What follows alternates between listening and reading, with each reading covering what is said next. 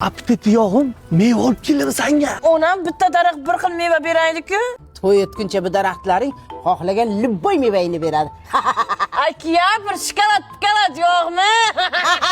Tamojni ushlab qoldi-ku. Shirin, shikolat olib keldim. Hormanglar yigitlar. Chiroq pog osilib qoldi-yu. Shirin. Telefon olib keldim senga. Kalta kalxat. Dushman chegarada. Qabul.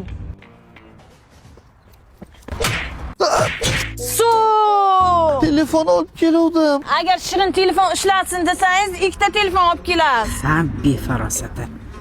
İşte. Bitta uchrashuvga 3 ta telefon so'rayapti. Mahriya gerek so'raydi yo'q. Ayol kishining lotereyasiga 2 marta yutuq chiqadi atiga. Birinchisi uchrashuvga chiqqanda, ikkinchisi raddomdaligida. 3 kundan beri suv qo'shaman, ko'pirmaydi bu. Qolmaganda? Kraska bilan shampun zakaz qilaylik ertaga to'y. Hozir magazindan olib chiqaman. To'xta, tekin dasturchiga ayt. Ipni ulayman, vertolyotga shunday urib tashlaydi. Mazakasi. Ikkitami?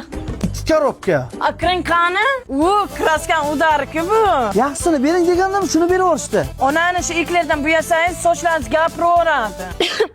Mana shu shampunga boshini yuvsang bo'ladi lekin. Sochni bo'yab to'yga jil qilib bizga boja topib keling-da.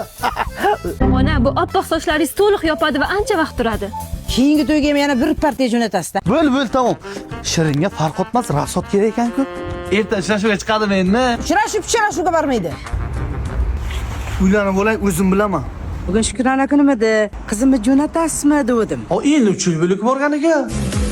Vaqtiga qiynagandan keyin ana shunaqa bo'ladi.